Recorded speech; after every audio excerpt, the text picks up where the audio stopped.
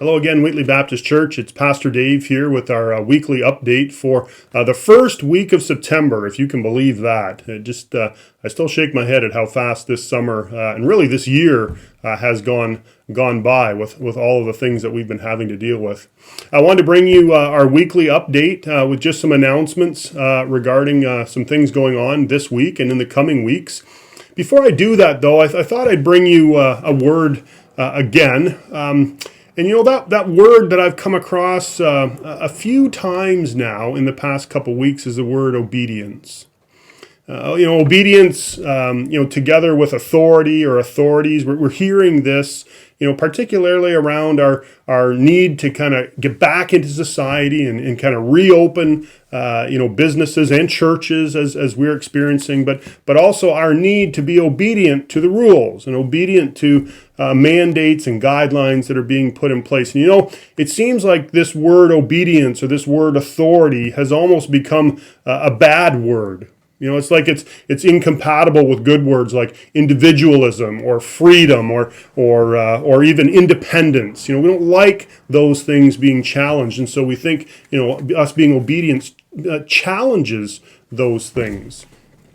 Today, I just find so much of our emphasis in society is on doing our own thing, doing it our own way. The me centeredness of our culture is just prolific across so many parts of our society. Many parents I know have even given up asking children to obey them. And they just hope that they're not going to burn the house down or leave too much of a mess. And even in religious circles, obedience. This word obedience. Kind of like other words, poverty and chastity, those types of things, they tend really to be associated, I think, with like monasticism or something like that. If Mother Superior or if the abbot or the pastor, the deacon, they tell you to do something, then you'd better do it. Otherwise, you let your own conscience be your guide and you don't take any guff from anybody. There's so much of that in our society today. The phrase, obeying your conscience, I think, is gradually being replaced by listening to your conscience. I think it's easy to say in today's society that it's generally supposed that to obey somebody you need to be doing something for them. But think about this. When Jesus asks people to obey above everything the law of love, it's above absolutely everything for their own sake. It's for our own sake that he's asking them to obey that law. With that in mind, I want to read something to you that seems like should be coming out at a wedding or something like that. Listen to these words from the Apostle Paul. Love is patient. Love is kind. It does not envy. It does not boast. It is not proud. It does not dishonor others. It is not self-seeking. It is not easily angered. It keeps no record of wrongs. Love does not delight in evil, but rejoices with the truth. It always protects. It always trusts, always hopes, always perseveres. Love never fails. We're called to love. We'll never completely agree with another person or on everything, particularly when people are asking us to be obedient.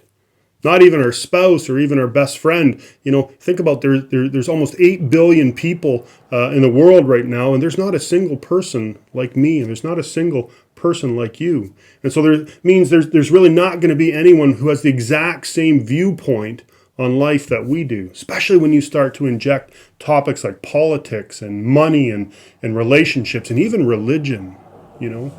You are uniquely you. I am uniquely me. And even though we're all different, Jesus says we're to love each other.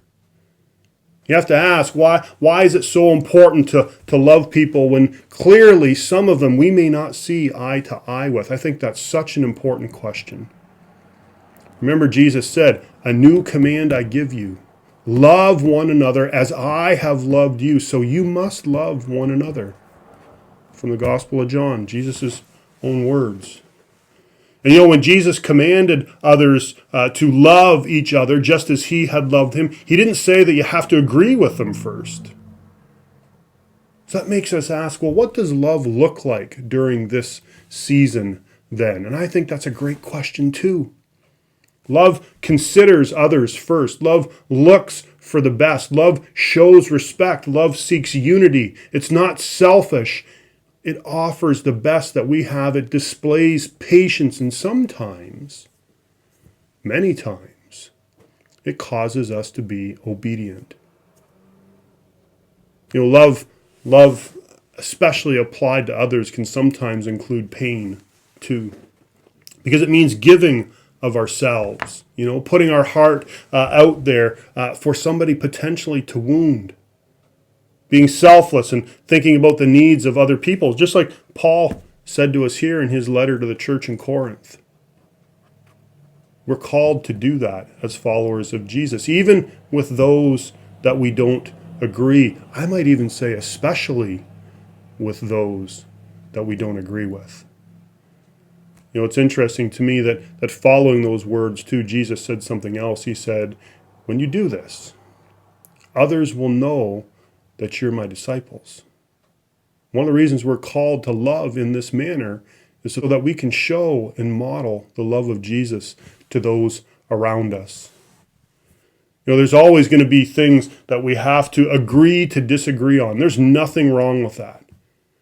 Might be the way that we do our finances. Some people choose to live debt-free and others, they don't do it that way. It might be how we decide to start or end our day, going to bed early or going to bed at a later hour. It might be something more serious, Again, politics is going to be ripe within our communities here in a short while. Social issues that we're all dealing with right now. Current events. Loving others, particularly while disagreeing with them at the same time, is something that's possible. And I would say as Christ followers, it's something that we need to be obedient to as well. Something I wanted to share with you this morning. I just have two basic announcements for you this morning. One, I just want to remind you of our Bible study Wednesday evening, 7 p.m., doing that kind of in two forums, if I could use it that way. One, at 7 p.m., there's a group that meets here in person, but also we have another group that joins to us on the Zoom platform, and we literally pipe that in, and so that we can interact online with a group that's meeting in the church fellowship hall and the group that's meeting online. So we're working through the sermon series on prayer. This week, we're going to dig deeply into the benefits and reasons for corporate prayer. We discussed that a little bit during the message, but we're going to unpack that some more this week. So I just invite you, if you haven't been a part of that yet, just reach out to me, and I'll be happy to get you hooked up online if that's the way you want to go. Or if you want to come and join us in person, we'll be here in the Church Fellowship Hall at 7 p.m. The other thing I just want to remind you of and just speak to a little bit is we're just beginning with the reopening of the church building, having in-person worship sessions. We're just beginning to move forward into the online community even more by live streaming our service. Now, last week we had some technical difficulties with that. We've got those sorted out for sure. And so on the church website, you're going to see, rather than a video being posted and a link to that, you're actually going to see a link that takes us to our YouTube channel that will allow you to watch the in-person worship service live at 10 a.m. We try to open that stream up just before 10 a.m. and we'll continue to do that. So again, please persevere with us a little bit there. We know what went wrong last week, and we've got that repaired, and so you feel free to join us either in person or online this week when we have our worship service on Sunday morning. We will be celebrating communion this Sunday morning as well, so just a heads up for you there. But again, being wise and having a lot of guidelines and a lot of experience from other churches about how to do communion in a socially distant manner, will certainly be prepared for you in that way. So I don't want you to be concerned about that. I hope you have a wonderful week this week. I hope you feel God's hand of blessing upon you and your families Friends, I hope you think about what we talked about at the beginning. You find opportunities to love on everybody around you, and I hope you experience that yourself. Have a wonderful week. I'll see you on Sunday. Blessings.